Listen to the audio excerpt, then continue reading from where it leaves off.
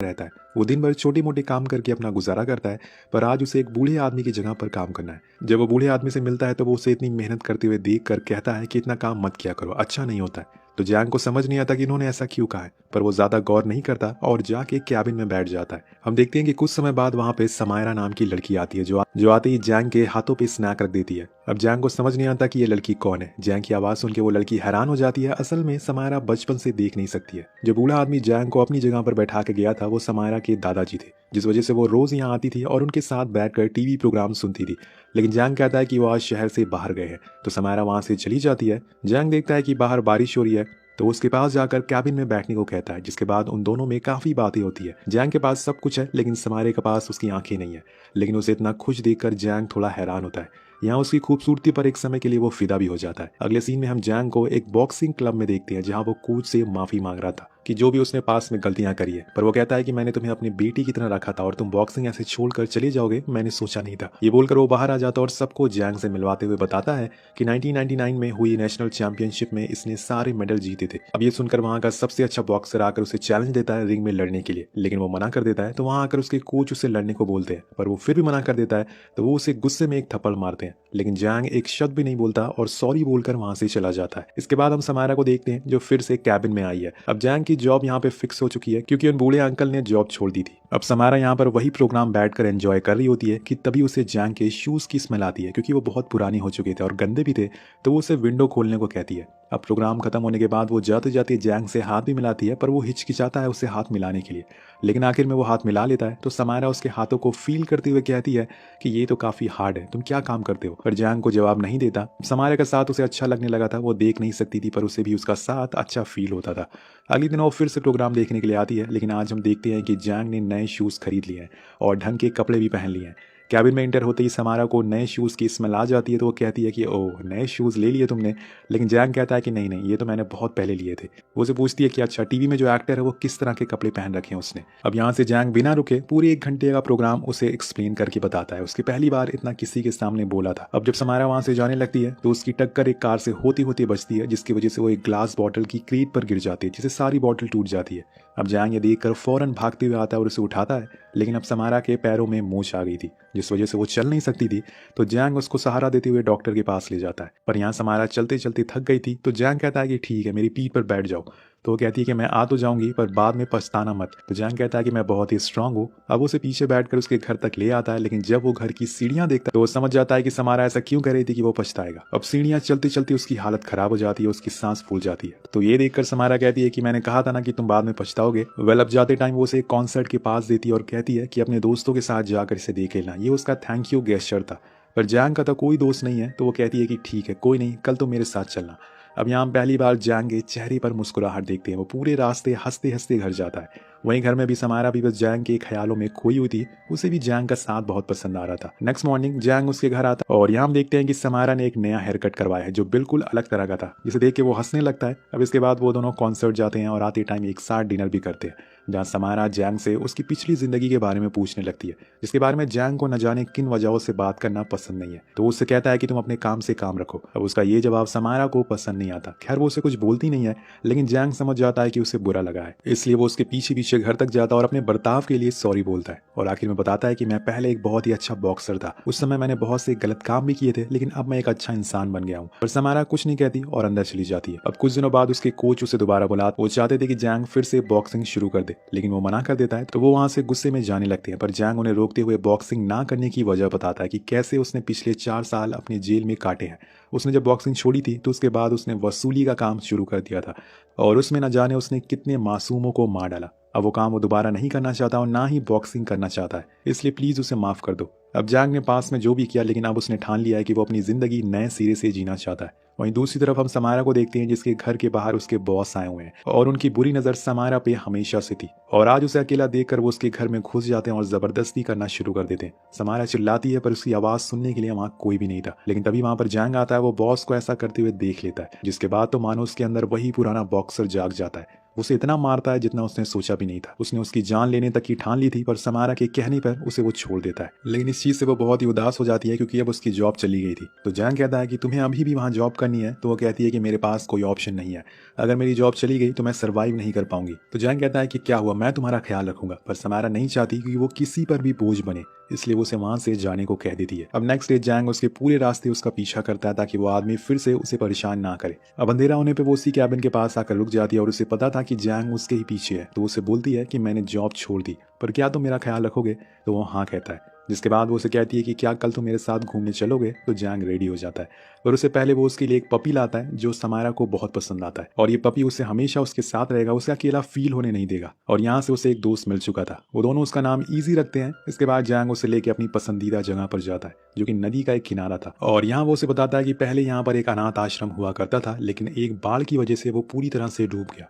उसी अनाथ आश्रम में मैं रहता था। उसकी ये सब बातें सुनकर समारा थोड़ी इमोशनल हो जाती है। तो वो उसका हाथ पकड़कर प्रॉमिस करती है कि वो उसके साथ हमेशा रहेगी। दोनों ही हमेशा से अकेले थे, लेकिन अब उनके एक दूसरे का साथ मिल गया है। या फिर ये कहें कि समारा को उसकी आंखें मिल गई है, जो कि जैंग है वो उसे उसकी सारी खुशियां देना चाहता है जो उसने कभी महसूस नहीं की थी। और यहाँ उसने डिसाइड कर लिया था कि वो एक बार फिर से बॉक्सिंग शुरू कर देगा, क्योंकि वो पैसे कमाना चाहता है समारा के लिए, वो उसे खुश रखना चाहता है। तो वो कोच के पास जाता है और कहता है कि मैं रेडी हूँ। जिसके बाद वो और उसके कोच प्रैक्टिस शुरू कर देते हैं। तो वो अपनी पूरी ताकत लगा देता है पहला जैसा बनने के लिए। उसके कई मैचेस भी होते हैं जिनमें वो जीत भी हासिल करता है, और कुछ मैचेस में उसे काफी चोटें भी आती है। वहीं घर पे समारा उसका वेट करती है। जैसे ही वो आता है वो दोनों साथ में मूवीज एंजॉय करते हैं, इजी के साथ खेलते हैं। समारा उसे बैक मसाज भी देती है ताकि वो अपने गेम्स को और अच्छे से जीत सके। पर यहाँ जैंग को एक बात का हमेशा ध्यान रखना पड़ता है कि उसके फेस पर कोई चोट ना लगे, क्योंकि जब भी वो घर जाता था तो समारा सबसे पहले उसका फेस को टच करती थी। और अगर उसे पता चल गया कि उसे चोट लगी है तो उसे बहुत गुस्सा होगी और हो सकता है कि वो उसे बॉक्सिंग भी छुड़वा दे।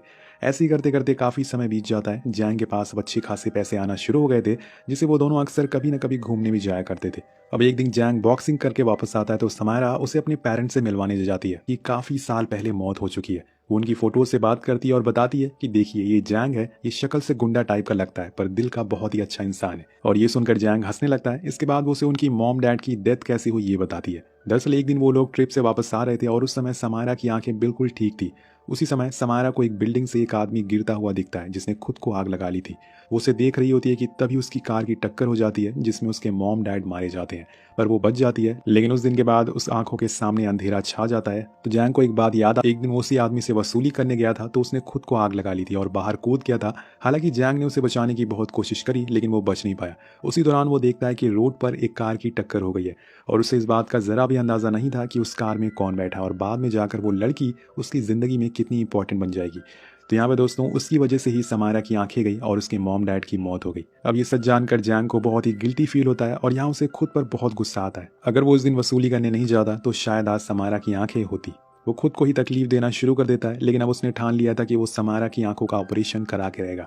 इसलिए वो उसे हॉस्पिटल लेके जाता है जहां डॉक्टर बताते हैं कि उनकी आंखें तो वापस आ जाएंगी लेकिन इसमें $30,000 लगेंगे। तो जैंग उन्हें ऑपरेशन करने के लिए कह देता है, पर अब वो इतने पैसे लाएगा कहाँ से। तो वो उसी बॉक्सर के पास जाता है जिसने उसे चैलेंज दिया था। उसने वो अकेडमी छोड़ दी थी जिसके बाद उसके पास बहुत से पैसे आ गए थे। जैंग उसे पैसों के लिए हेल्प करने के लिए बोलता है तो वो उसे एक आदमी के पास ले जाता है जो जैंग को $30,000 देता है और साथ में एक फोन भी।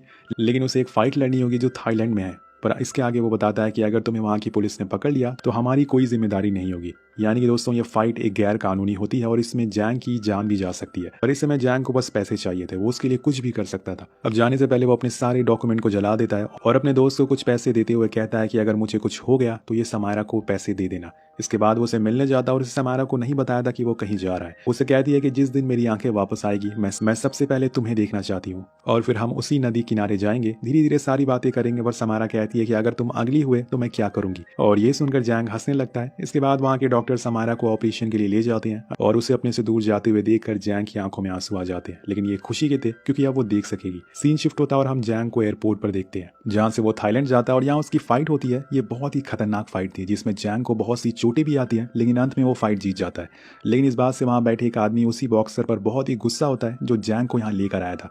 दरअसल उसने कहा था कि जैंग ये फाइट हार जाएगा, पर ऐसा हुआ नहीं। तो आदमी उसे कहता है कि मुझे मेरे पैसे वापस चाहिए थे क्योंकि उसने जैंग के हार पर पैसे लगाए थे और बोलता है कि अगर मेरे पैसे नहीं मिले मिले तो मैं तुम्हें जान से मार दूंगा। अब कुछ समय बाद हम देखते हैं कि जैंग हॉस्पिटल कॉल लगाता है। उसे पता चलता है कि समायरा की आंखें वापस आ चुकी है और इस बात से वो बहुत ही खुश होता है और फौरन उसके पास जाने के लिए निकल जाता है। लेकिन तभी एक कार आकर उसे टक्कर मार देती है जिसके अंदर से 2 लोग बाहर निकलते हैं। वो जैंग के सारे पैसे छीन लेते हैं और साथ में उसे मारने की भी कोशिश करते हैं। लेकिन तभी सामने से एक दूसरी कार आती है और उसे देखकर वो भाग जाते हैं। और इसी समय हम उसी कार में उसी बॉक्सर को देखते हैं जो जैंग को यहाँ लेकर आया था। ये सब उसी का करा कराया था। वहीं कोरिया में समायरा की आंखें वापस आ गई थी। वो सब कुछ देखने लग गई थी, लेकिन जैंग का कुछ उसे आता पता नहीं था कि वो कहाँ पर है। वो पुलिस के पास भी जाती है पर वो लोग उसकी कंप्लेन लिखने से मना कर देते हैं क्योंकि उसने अपनी सारी डॉक्यूमेंट को जला दिए थे। और समायरा उसे ढूंढने की बहुत कोशिश करती है पर वो मानो कहीं गुमसा हो गया था। कुछ समय बाद समायरा शिफ्ट हो रही होती है कि तभी उसके पास जैंग के नाम का एक पार्सल आता है। वो उसे भेजने वाले के एड्रेस पे जाती है तो वो असल में एक हॉस्पिटल का था जहां हम एक जले हुए इंसान को देखते हैं और ये वही इंसान था जिसकी वजह से समायरा का एक्सीडेंट हुआ था। वो उसे एक एक करके सारी बातें बताता है कि कैसे इतने सालों तक जैंग ने मेरा खर्चा उठा रहा है और उसने मुझे तुम्हारे बारे में सब कुछ बताया था। वो उसे बता देता है कि उस रात जब बारिश हो रही थी तो तुमने एक आदमी को जलते हुए देखा था। वो कोई और नहीं बल्कि मैं ही था। जैंग उस दिन मुझसे पैसे लेने वापस आया था लेकिन मेरे पास पैसे नहीं थे जिसके बाद मैंने खुद को जला दिया ताकि मुझे पैसे ना देने पड़े। अब ये सब सुनकर समायरा मानो हिल से जाती है पर उसने जैंग को माफ कर दिया था क्योंकि वो कहीं ना कहीं उससे प्यार करती है। अब समय के बीतने के साथ साथ वो भी अपने कामों में बिजी हो जाती है लेकिन किसी न किसी समय उसे जैंग की याद आती रहती है। उसने अब हॉस्पिटल में पेशेंट को मसाज देने की जॉब कर ली है और ऐसे ही वो एक दिन जब मसाज दे रही होती है तो वहां हम एक आदमी को देखते हैं। ये असल में कोई और नहीं बल्कि जैंग होता है जिसकी पूरी बॉडी पैरालाइज हो चुकी है। उसके चेहरे पे चोटों के निशान भी थे जिसकी वजह से समायरा उसे पहचान नहीं पाती। लेकिन जैंग आखिर उसे कैसे भूल सकता है जिसके साथ उसने हंसना बोलना सीखा था। वो उसे भी मसाज देने आती है पर उसे इस बात का जरा भी अंदाजा नहीं था कि ये जैंग है। जैंग रोता रहता है पर कुछ भी नहीं बोलता है। समायरा को हल्का सा लगता है कि कहीं ये जैंग तो नहीं है, लेकिन जब वो वहां पे लिखा हुआ उसका नाम देखती है तो वो कुछ और था क्योंकि उसने अपनी ओरिजिनल आईडी तो जला दी थी। अब धीरे धीरे जैंग अब ठीक होने लगा था। वो अपने पैरों पर खड़ा होना सीख गया था। अब एक दिन जब वो मार्केट में होता है तो न जाने कहीं से समायरा का डॉग इजी आ जाता है जो उसे पहचान लेता है कि यही जैंग है। वो उसे प्यार करने लगता है लेकिन जैंग नीचे गिर जाता है क्योंकि अभी वो पूरी तरह से सही नहीं हो पाया। उसी दौरान वहां पर समायरा भी आ जाती है जो इजी को वहां से हटाती है और जैंग से सॉरी कहती है। हालांकि वो उसे पहचान लेती है और कहती है कि आप तो वही है ना जो मुझे हॉस्पिटल में मिले थे। पर जैंग उसका कोई भी जवाब नहीं देता और वहां से चुपचाप चला जाता है क्योंकि अगर उसने कुछ बोला तो समायरा समझ जाएगी कि वही जैंग है। इधर दोस्तों उसका डॉग इजी बार बार उसे देखकर भौंक रहा था लेकिन समायरा समझ नहीं पाती कि वो ऐसा क्यों कर रहा है क्योंकि वो जैंग को पहचान गया था और जैंग भी बिना पीछे देखे वहां से चला जाता है। इसके बाद समायरा अपने दोस्त की शॉप पर आकर उसे ये इंसिडेंट के बारे में बताती है कि इजी ने ऐसा कभी नहीं किया था पर आज पता नहीं इसे क्या हो गया था। तभी वो देखती है कि उसका टर्टल वहां से छोटा सा टर्टल गायब हो गया है तो वो टर्टल को जैंग यहाँ से ले गया था। तभी दोस्तों उसका दोस्त बताता है कि एक आदमी यहाँ पर आया था, वो जैस्मिन प्लांट भी लेकर गया है। एक्चुअल में समायरा को जैस्मिन प्लांट बहुत ही पसंद था। अब ये सारी चीजें देखकर वो समझ जाती है कि वो जैंग ही था जिसे देखकर इजी भौंक रहा था। अब ये जानकर उसकी आंखों में आंसू आ जाते हैं और यहाँ से उसके पैर रुकते ही नहीं थे। अब वो समझ जाती है कि वो आदमी जैंग ही था जिसे देखकर इजी भौंक रहा था। अब यहाँ से उसके पैर रुकते ही नहीं थे। वो बस भागती रहती इधर से उधर कि कहीं वो उसे एक बार दिख जाए, लेकिन जैंग उसे कहीं नहीं दिखता और समायरा वहीं रोड पर बैठकर रोने लगती है। आज उसने दोबारा उसे खो दिया था सिर्फ उसकी गलती की वजह से। इसी दौरान उसे ख्याल आता है कि वही नदी के किनारे वाली जगह पर जहां वो फौरन पहुंच जाती है और उसे दूर कहीं एक आदमी बैसाखी लेकर खड़ा हुआ मिलता है और पास जाकर वो एक धीमी सी आवाज में उसे पुकारती है जैंग। तो उसकी तरफ देखता है, उसकी आंखों में आंसू आ जाते हैं। जैंग नहीं चाहता था कि वो समायरा पर बोझ बने और अब उसका चेहरा भी खराब हो चुका है। वो हमेशा से पछतावा करता है कि उसकी वजह से समायरा ने अपनी आंखें खो दी, अपने माँ बाप को खो दिया, इसलिए वो उससे मिलना नहीं चाहता था। लेकिन समायरा कहती है कि तुम्हें पता है मैंने अपनी आंखें क्यों ठीक करवाई, ताकि हर सुबह हर शाम मैं बस तुम्हें देख सकूं, और आज तुम मुझसे ही दूर भाग रहे हो। दोनों एक दूसरे को सॉरी कहते हैं और गले लग जाते हैं।